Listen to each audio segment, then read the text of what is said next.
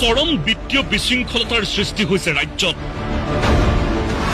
হিতাধিকাৰী আৰু বিনামূলীয়া আঁচনিয়ে সৃষ্টি কৰিছে ভয়ানক পৰিস্থিতি। দিনে দিনে ঋণ সংকটৰ গৰাহত পৰিছে অসম। চৰকাৰে বুঢ়া আঙুলি দেখুৱাইছে Assam fiscal responsibility and budget management আইন চমুকৈ AFRBMক। এনে পৰিস্থিতিত গুৱাহাটী উচ্চ ন্যায়ালয়ৰ মুখ্য ন্যায়াধীশলৈ 11 পৃষ্ঠাৰ পত্ৰ লিখি ৰাজ্য চৰকাৰৰ বিৰুদ্ধে নিজাববীয়া গোচৰ ৰুজু কৰাৰ আৰ্জি বিৰোধী দলপতি দেৱব্ৰত শইকীয়াৰ। পত্ৰৰ সৈতে গাঁঠি দিছে অন্য 10 পৃষ্ঠাৰ অতিৰিক্ত নথি। শইকীয়াৰ অভিযোগ AFRBM আইনৰ লগতে ভাৰতীয় সংবিধানৰ কেইবাটাও ধাৰা ভংগ কৰিছে ৰাজ্য চৰকাৰে।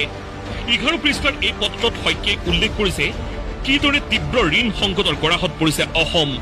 শইকীয়াই পত্ৰত উল্লেখ কৰা অনুযায়ী 2018-19 বৰ্ষত ৰাজ্য চৰকাৰত মুঠ ঋণৰ পৰিমাণ আছিল 59,425 কোটি 61 লাখ টকা। 2022-23 বৰ্ষত এই পৰিমাণ বৃদ্ধি পাই 1,23,214 কোটি টকালৈ।